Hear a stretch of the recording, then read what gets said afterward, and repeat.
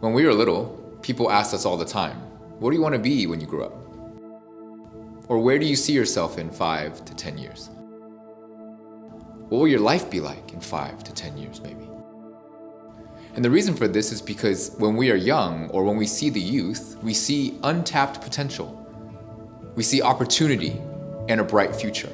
And this is for good reason, of course, because we all know that within every child and every young person is the hope and the desire for them to be great.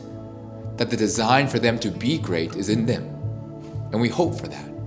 And so we dream and we hope, and we also then work and grind to make those dreams a reality.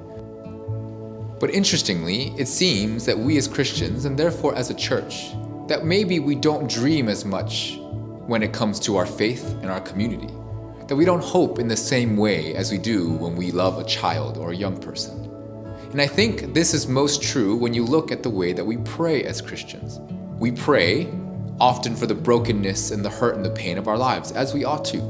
We also pray asking for God to move and help us in particular moments of need, as we ought to. But how often are we praying for what the church and the Christians of the world can be as God calls us to be? What we hope to be in 5 to 10 years maybe. And to be sure, this isn't saying that we should stop praying what we are praying, but perhaps that we ought to also pray what we will be and what we hope the church will be. That perhaps as much time as we spend lamenting what the church is not, that we should also dream for what the church will be one day, God willing. Now, if we go back to dreaming for our children for a second, I think it's interesting that therein the belief is a completely understood and assumed and yet completely unspoken understanding.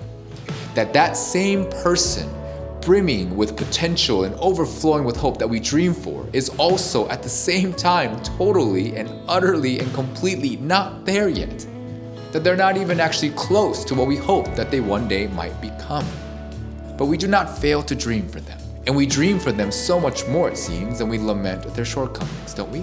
And so it ought to be with the church, because God believes and loves the church. God is invested in us, the church, and is working in us, the church. That God is working in shaping and restoring us to who He wants us to be.